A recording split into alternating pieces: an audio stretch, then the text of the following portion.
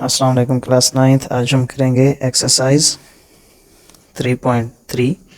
इसका question number 1 है for a का जो सेट है उसमें एलिमेंट्स हैं 1 2 3 4 कॉमा यानी and find the following relations in A कि ए सेट का ए के ही साथ रिलेशन पहले फाइंड करना है, उसके बाद state the domain and range of each relation.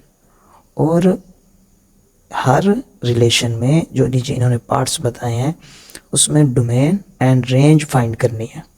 तो इसका जो पहला पार्ट है वो है x and y such that y is equal to x, और दूसरे पार्ट में x and y such that y plus x is equal to 5 के y प्लस x इनका सम इज इक्वल टू होना चाहिए 5 के इक्वल।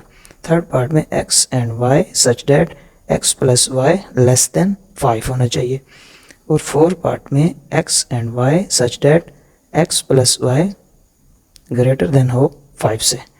तो पहले हम इसका जो फर्स्ट पार्ट है उसको फाइंड करने से पहले हम a सेट का a के साथ रिलेशन फाइंड करेंगे। तो यहाँ पर हमने सेट a लिखा जो सवाल में बताया गया है, उसके बाद हमने यहाँ लिखा फाइंड दी रिलेशंस ऑफ ए कि ए सेट का ए के साथ रिलेशन फाइंड करते हैं। तो इधर सेट ए लिखा जो उसके एलिमेंट्स थे 1 2 3 4, इधर क्रॉस यानी मल्टीप्लाई, फिर ए के साथ दोबारा उसको मल्टीप्लाई किया तो ए सेट के दोबारा एलिमेंट्स लिख दिए 1 2 3 4।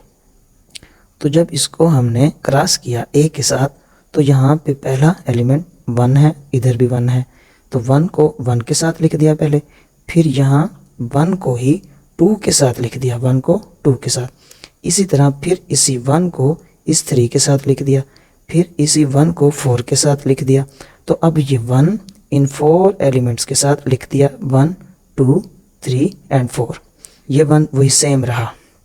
अब इसका सेकंड एलिमेंट्स इसी तरह इन चारों के साथ लिखा जाएगा 2 1, ये 2 1, फिर 2 एंड 2, ये 2 एंड 2, फिर 2 को 3 के साथ, ये 2 एंड 3, फिर 2 को 4 के साथ 2 एंड 4, फिर 3 को 1 के साथ 3 एंड 1, 3 को 2 के साथ 3 एंड 2, 3 को 3 के साथ 3 एंड 3, फिर 3 को 4 के साथ 3 एंड 4।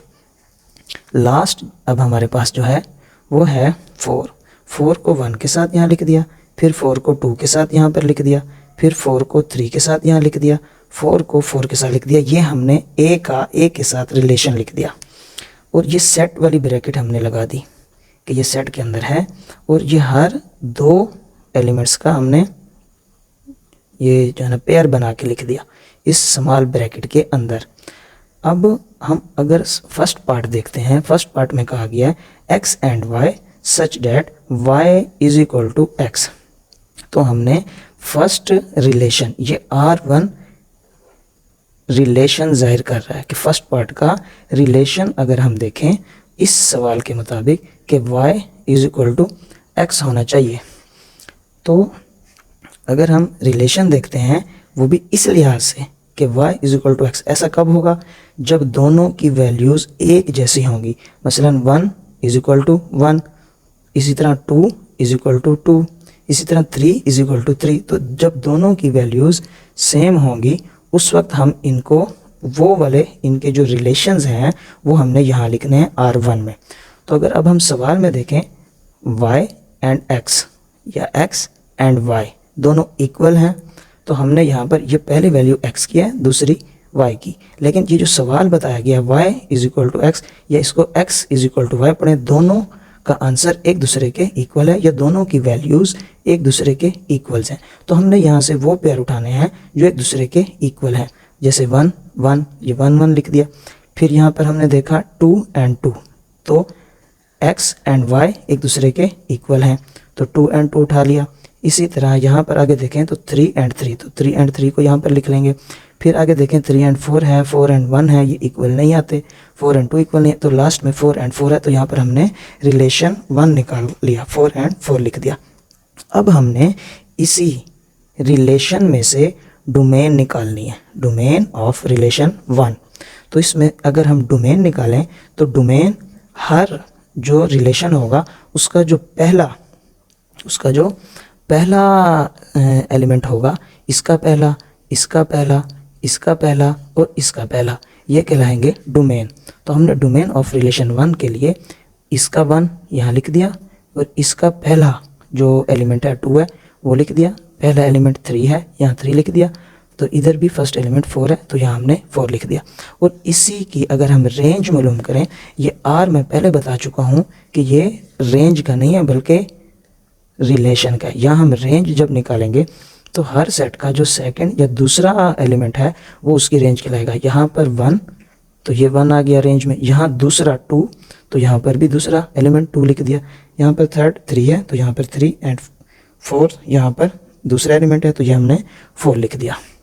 तो इसी के साथ ही हमारा फर्स्ट पार्ट कंप्लीट होता है। अब हम चलते हैं सेकंड पार्ट की तरफ। सेकंड पार्ट में जो हमें पूछा गया है वो है x and y such that x y plus x is equal to 5, यानी y एंड x के वो हमने ये जो ना पेयर ढूंढने हैं जिनको सम करें तो वो 5 के इक्वल है। तो अगर हम यहाँ पर देखें कि a एंड a के रिलेशन में ऐसे ढूंढने हैं जो 5 के इक्वल हो। अब 1 को 1 में प्लस करते हैं 2 आता है, 1 को 2 में प्लस करते हैं 3 आता है, 1 को 3 में प्लस करते हैं 4 आता है, 1 को अगर 4 में प्लस करें तो ये 5 आता है। तो हम यहाँ पर लिख देंगे 1 एंड 4। इसी तरह 2 एंड 3 को ऐड करते हैं तो 5 आता है, तो यहाँ हमने लिख दिया 2 एंड 3। इसी तरह ये 2 एंड 3 का हो गया, फिर 2 एंड 4 अगर इन्हें प्लस करते हैं तो 6 आता है, ये नहीं लिखना ये क्योंकि 5 से बड़ा है। 3 प्लस 1 करते हैं 4 आता है, 3 प्लस 2 करें तो 5 के इक्वल है। तो यहाँ हमने 3 प्लस 2 वाला भी लिख दिया, 3 एंड 2 वाला। लास्ट में हमारे पास जो बाकी बचता है 5 वाला वो है 4 एंड 1। 4 प्लस 1 करें तो 5, इसी तरह 4 एंड 2 करें तो 6 हो जाएगा, 4 एंड 3 करें तो ये 7 हो जाएगा, 4 के अंदर 4 ऐड करें तो 8। तो हमने यहाँ पर इस सवाल के मुताबिक 4 एंड 1 वाला लिख दिया। अब इसका रिलेशन 2 का जब हम डोमेन फाइंड करेंगे, रिलेशन 2 का जब हम डोमेन फाइंड करेंगे तो R2 यानी कि ये रिलेशन 2, तो इसका डोमेन मैंने कहा जो हम ये यहाँ पर एलिमेंट्स लिखते हैं या इनके जो हम ये जो ना पेयर बना के लिखते हैं, उसका फर्स्ट 1, इसका फर्स्ट 2, इसका फर्स्ट 3, इसका फर्स्ट 4, तो 1 2 3 एंड 4 हमने डोमेन में लिख देने। डोमेन में लिख देने के बाद अब इसकी हमने रेंज फाइंड करनी है। तो रेंज ऑफ रिलेशन 2 में हर जो यहाँ पर पेयर दिया गया है उसका जो सेकंड एलिमेंट है वो उसकी रेंज है। इसका 4, इसका 3, इसका 2 एंड इसका 1, तो 4 3 2 1 इनकी रेंज है। अब हम देखते हैं इसका थर्ड पार्ट। थर्ड पार्ट में है कि x and y such that x plus Y के x प्लस वाई का अगर हम सम फाइंड करें वो लेस देन होना चाहिए 5 के। तो हमने ऐसे रिलेशन A में देखने हैं जो लेस देन हो 5 के। तो 1 एंड 1 है तो हमने यहाँ पर 1 एंड 1 लिख दिया, फिर 1 एंड 2 है तो हमने 1 एंड 2 लिख दिया क्योंकि 2 प्लस 1 3 हो जाएगा। इसी तरह 1 एंड 3 है तो ये 1 एंड 3 ये भी 5 से लेस देन है। फिर इसी तरह 2 एंड 1 है, 2 एंड 1 लिख दिया, 2 एंड 2 है, 2 एंड 2 लिख दिया, एंड अब 2 एंड 3 है ये 5 है तो हमें इससे कम लिखने हैं। 2 एंड 4 ये 6 है, 3 एंड 1 तो यहाँ पर 3 एंड 1 लिख दिया, और ये भी 5 है, ये 6 है, ये 7 बनता है, ये 5, ये 6, ये 7 और ये 8, तो ये सब 5 से बड़े हैं। तो हमने यहाँ पर कौन से लिखने हैं जो 5 से छोटे हों, 5 से छोटे, x प्लस 1 लेस देन हो 5 के।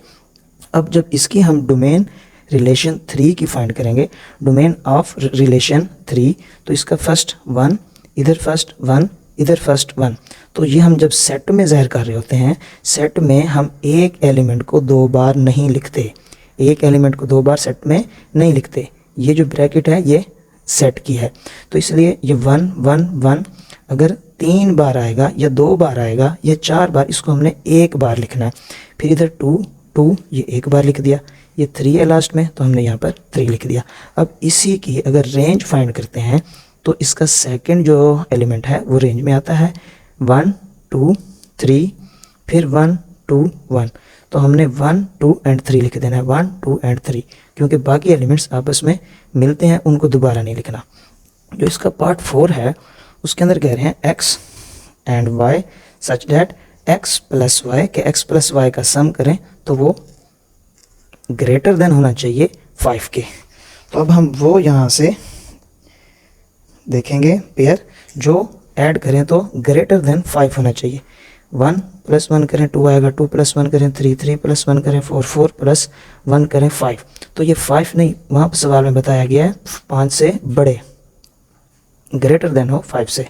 2 + 1 2 3, 2 + 2 4, 2 + 3 5, तो ये भी 5 आ रहा है। अब हमने देखना है 2, 4, अगर इनको ऐड करते हैं तो ये 6 बनता है। तो पहला हम यहाँ लिखेंगे 2 एंड 4, क्योंकि ये ग्रेटर देन है 5 से। इसी तरह 3 एंड 1 4, 3 एंड 2 5, 3 एंड 3 6, तो हम यहाँ लिख देंगे 3 एंड 3, 3 एंड 4 7, तो यहाँ हमने लिख दिया 3 एंड 4। इसी तरह ये 4 एंड 1 5, 4 + 2 6, तो ये 4 + 2 लिख दिया, 4 + 3 लिख दिया यहाँ पे क्योंकि 7 है, 4 + 4 यहाँ पे, 4 + 4 लास्ट वाला ये आ गया हमारा 4 + 4, क्योंकि ये 8 के इक्वल है। तो अब हमने इस रिलेशन 4 की डोमेन फाइंड करनी है। डोमेन फर्स्ट एलिमेंट होते हैं हर जो यानी कि पेयर दिया हुआ होता है 2 3 3 4 4 4, तो 2 लिख दिया, यहाँ से 3 लिख दिया, 3 फिर है दोबारा नहीं लिखेंगे, 4 4 4 3 बार है, एक दफ़ा लिखेंगे।